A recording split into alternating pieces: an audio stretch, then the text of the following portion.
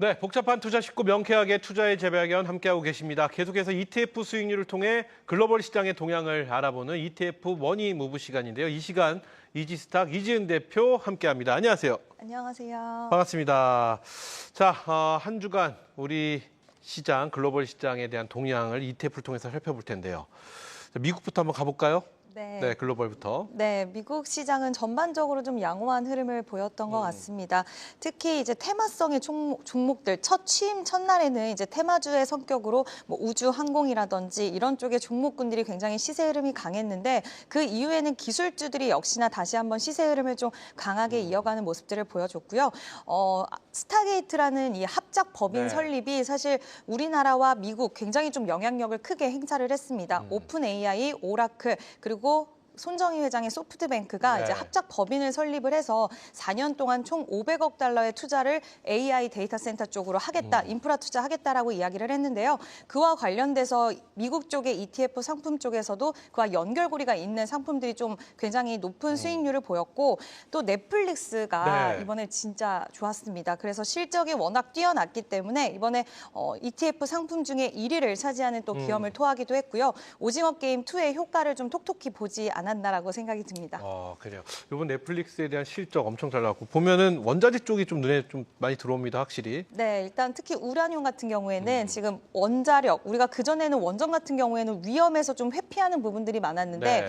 AI가 시대가 도래를 하면서 결국엔 전력에 대한 수요가 올라갈 거고 무탄소 에너지원, 전력 관련돼서 이제 원전이 세계적으로 지금 뜨고 있는 상황인데요. 이 안에서 우라늄의 생산량을 미국에서 자체적으로 늘리겠다라는 이야기 나오면서 우라늄 관련된 상품이 또 상위권에 자리를 하기도 했습니다. 이게 쭉 연결이 된 것 같아요. 맞아요. 취임과 동시에 데이터 센터, 네. 많이 필요한 전력, 네. 그러면서 원전, 네. 우라늄 이렇게 쭉 연결이 되는 것 같은데 자, 이 중에서 우리 대표님 눈에 들어온 종목은 어떤 종목일까요?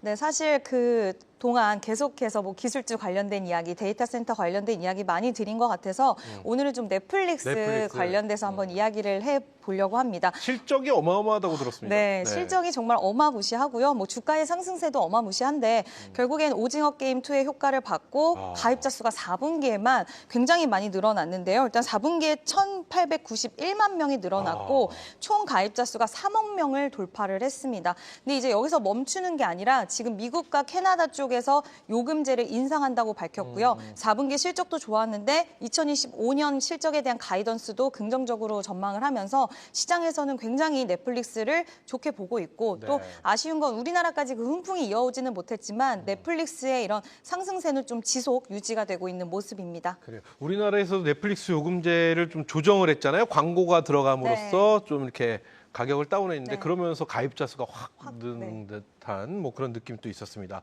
자, 이래서 글로벌 증시 ETF를 통해서 저희가 살펴봤는데요. 확실히 다양한 섹터들이 눈에 들어왔습니다. 이제 국내 섹터로 한번 가볼까요? 국내 ETF는 ETF를 통해 흐름을 좀 살펴볼 텐데 어땠을까요? 네, 국내 증시 전반적으로 오늘 연휴를 앞두고 시장이 저는 좋게 잘 마무리됐다라고 생각을 하고 있는데 그 중심에는 결국엔 아까 앞서서 말씀을 드렸다시피 이제 AI 관련돼서 데이터 센터에 대한 건설 기대감이 좀 강하게 들어왔고요. 그 안에서 수혜를 받을 수 있는 쪽은 우리가 넓게 생각하면 사실 반도체도 들어갑니다. 왜냐하면 지금 투자는 이쪽 세 회사가 진행을 하지만 기술적으로 투자하는 기업들이 또 있는데요. 아까 앞서서 미국 시장에서 ETF 상품 중에도 있었지만 ARM이라던가 그리고 엔비디아 기술 참여를 또 하는데 이와 관련돼서 반도체 쪽도 우리가 이제 수혜를 같이 뭐 SK 하이닉스 필두로 해서 수혜를 볼 수 있다라는 그런 전망들도 나왔고 저 표에서 보시면 결국엔 글로벌 원자력 그리고 전력 인프라 다 비슷한 맥락을 갖고 있는 기업들이 포진해 있는데 결국에는 이 AI 시장이 확장됨으로써 우리가 수혜를 받을 수 있는 산업군들을 시장에서는 빠르게 좀 찾기 시작을 했고요. 그와 관련된 사업을 영위하고 있는 기업들을 담고 있는 ETF 상품들이 상단에 또 자리를 하고 있었습니다. 그래요.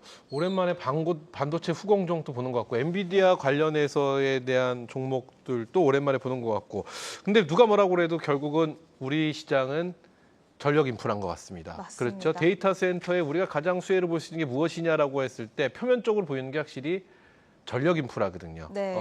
그렇기 때문에 그 노후화된 전력에 대한 교체, 맞아요. 그리고 화재, 네. 뭐 여러 가지가 있는데 이 전망 어떻게 하고 계시나요? 연속성이 있을까요? 전력 인프라 쪽?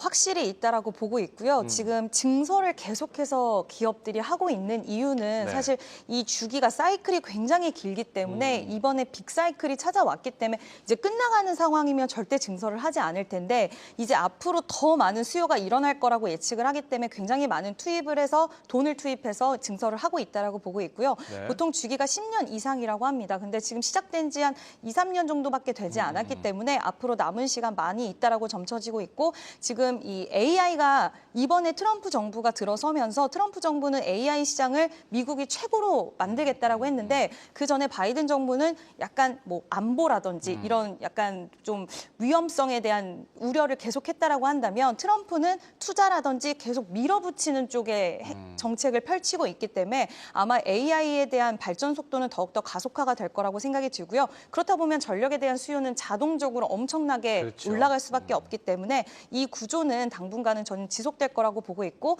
또 북미 쪽에 이미 진출을 해서 실적을 내는 기업들 위주로의 투자 유효하지 않나. 그래서 눌릴 때는 지속 관심 있게 좀 보셔야 되지 않을까라는 이야기를 드리고 싶습니다. 그래요.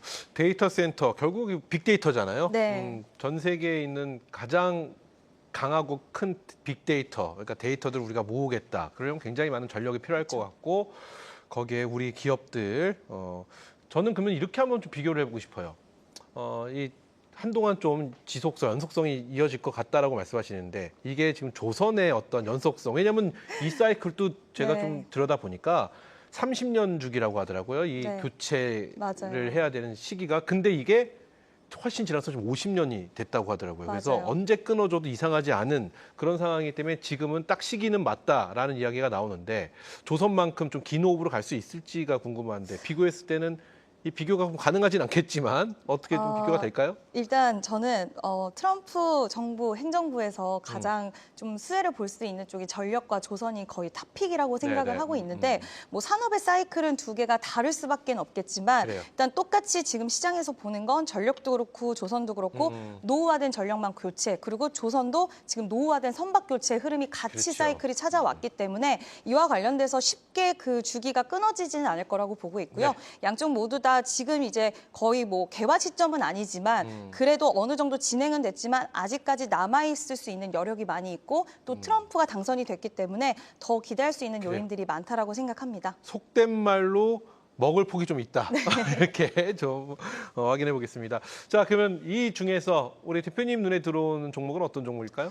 네, 글로벌 원자력 관련된 ETF 상품이었는데요. 제가 이제 오늘 이 자료를 또 준비를 하면서 새롭게 이슈가 나온 걸 뉴스를 좀 체크를 했는데 이 부분 좀 말씀을 드리고 싶은 게 네. 지금 이제 한미 동맹 MOU에 대한 소식도 있었고 또 그동안 한수원과 웨스팅하우스의 분쟁이 이제 해결이 되었다라는 긍정적인 소식들이 계속 나왔고요. 또 글로벌 원전 시장에 대한 확대의 흐름에서 우리나라가 수혜를 볼 수 있다는 전망들이 나왔는데 네. 방금 뉴스 나온 거 보니까 또 이 안에서 수익이 많이 남을 수 없을 수 있다라는 전망이 또 오늘 오후에 나왔더라고요. 장을 그래요? 마치고 난 이후였는데 다음 이제 우리가 또 연휴가 지나고 와서 시장에서는 결국엔 동맹 맺는 것도 좋고 앞으로 수주가 많아지는 건 좋지만 여기서 수익이 뒤따라오지 않으면 그렇죠. 무용지물이라고 받아들일 수 있기 때문에 이와 관련돼서 시장의 변동성 키워 나갈 수 있다라는 점을 좀 참고를 해주셔야 될 것 같습니다. 그래요.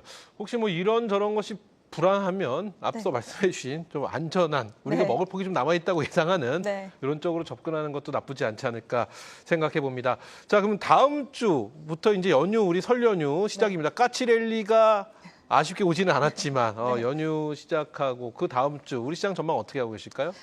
돌아오자마자 FOMC 결과를 또 받아들여야 되고 또 우리가 쉬는 동안 빅테크 기업들의 실적 발표가 줄줄이 이어지기 그래요. 때문에 그와 관련돼서 영향이 좀 있을 것 같은데 저는 좀 긍정적으로 보고 긍정적으로 있고요. 본다? 네, 일단은 다만 이제 2월 달 시장이 이제 시작이 또 되는 때이고 금요일이기 때문에 다음 주는 무리하지 마시고 일단 미국 시장에 돌아가는 그런 상황들을 좀 판단하는 한 주로 삼으시면 좋을 것 같습니다. 네, 좋습니다. 자, 여기까지입니다. 복잡한 투자 쉽고 명쾌하게 투자의 재발견. 오늘 저희가 준비한 시간은 여기까지입니다. 자, 어떤 상품은 어디에 투자할지 모르겠다 하시면 다음 주 금요일 저녁 명쾌한 투자의 재발견으로 함께 해 주시면 감사하겠습니다. 그럼 다음 주 금요일 저녁 5시에 뵙고요. 시청자 여러분들 새해 복 많이 받으십시오. 감사합니다.